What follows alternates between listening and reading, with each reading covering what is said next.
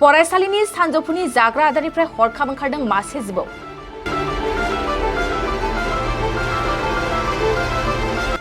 जिबौ थानाय आदारखौ जानानै गोबां फरायसाफ्रा देहा फाहामसालियाव। बिहारनि गंसे फरायसालियाव नुजाथिनाय सानजौफुनि जाग्रा आदारनिफ्राय हरखाब मासे जिबौ ओंखारनाय जाथायखौ हादरनि गेजेराव गोबां सावरायदों।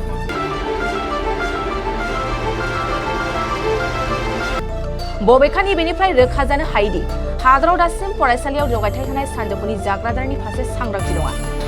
मिथिनाय बादिब्ला बिहारनि आरारिया जिल्लानि परबेसगंजनि गंसे सरकारि फरायसालियाव फरायसाफोरनो सानजौफुनि जाग्रा आदारखौ होदोंमोन। नाथाय फरायसाफ्रा आदार जाबाय थानाय समावनो हरखाब मासे जिबौखौ गंसे प्लेटाव नुसनो। जाहोनाव आदार जाखांनाय माखासे फरायसाफ्रा हरखाब देहानि जेंनायाव गोग्लैनानै देहा फाहामसालियाव थिसननाय जायो। बे जाथायखौ गोनांथार नोजोरजों एसडीएम, एसडीओ आरो डीएसपीआ गोख्रों संदाननो बिथोन होदों।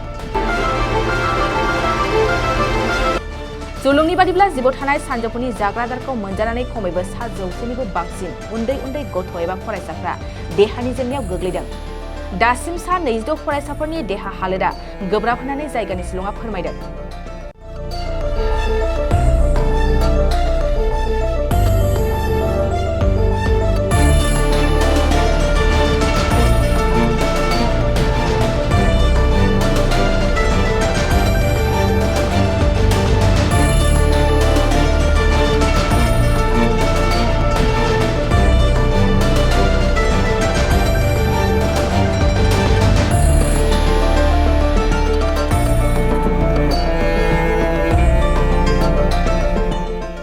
थाखो 8, 9 आरो 10 नि फरायसाफोरनि थाखाय मोनसे गोनां फोसावथाय। इम्पल्स आसामआ नोंथांनि थाखाय होदों अनलाइन टिउसन एप्सनि सुबिदा।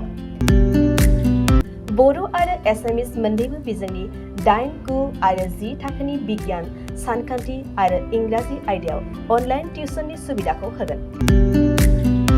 मोनफ्रोमबो आयदायाव दान मोनसेनि फिसआ 250 रांल' जागोन। 12 दाननि थाखाय फरायसानि अनलाइन टिउसनआ सोलिगोन। इम्पल्स आसाम अनलाइन टिउसन एपआव live class, online test, online assignment आरो डाउट क्लियरिं सेसननि सुबिदा मोननो हागोन। इम्पल्स आसाम अनलाइन टिउसन एपआव रोंगौथि गोनां एक्सपिरियेन्स फोरोंगिरिफ्रासो फोरोंगोन। गोसो गुदुं फरायसाफ्रा गाव गावनि मबाइलाव गुगल प्ले स्ट'रनिफ्राय इम्पल्स आसाम एपखौ डाउनल'ड खालामनो हागोन। लोगोसेयैनो 8099334099 जानबुं अनजिमायाव थोंजोङै जगाजग खालामनो हागोन।